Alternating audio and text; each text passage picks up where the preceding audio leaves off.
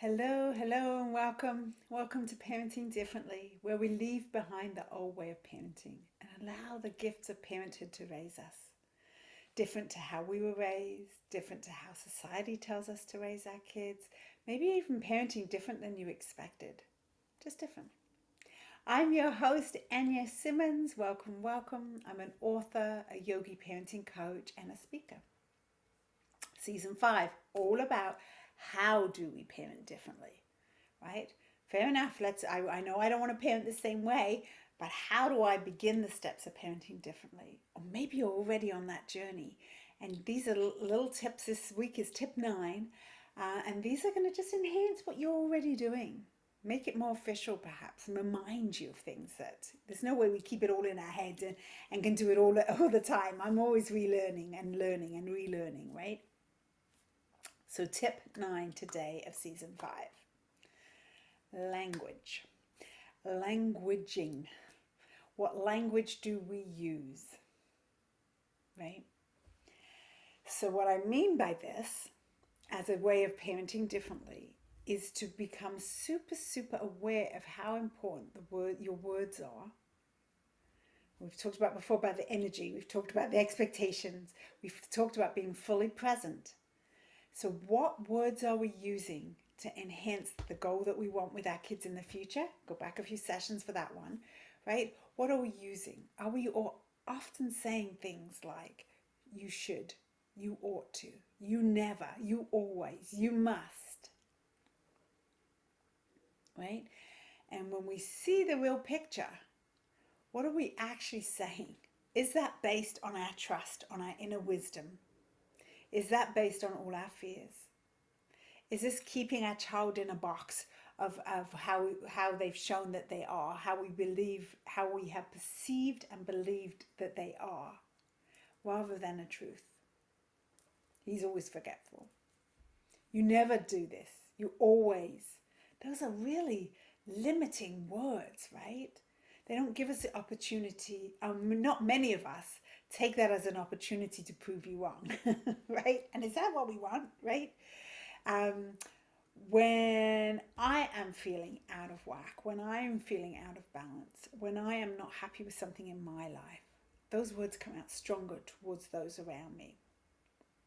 I feel like I will fix you because I just don't know how to fix myself, right? And words are harmful. We all know about labels, right? Labels that we carry to this day from our childhood, from other people's expectations and perceptions of us. The smart child, the dumb child, the sensitive child, the naughty one, right? We carry that. And do we want to pass those that languaging and those words on to the next generation, to our little people, our big people that we love with all our heart? Do we want to create those labels and that languaging for them to carry as baggage into the future? Be compassionate with yourself around this, right? We are still figuring it out. We are human. We mess up. I mess up regularly, on a regular basis. I'll have my kids on once and they will tell you I mess up a lot. So what we're trying to do here is that awareness again, that conscious decision that I'm actually going to use the language that I would like you to have inside, right? You can always still hear your mum's voice or your dad's voice. And we want that to be a positive, not a negative, right?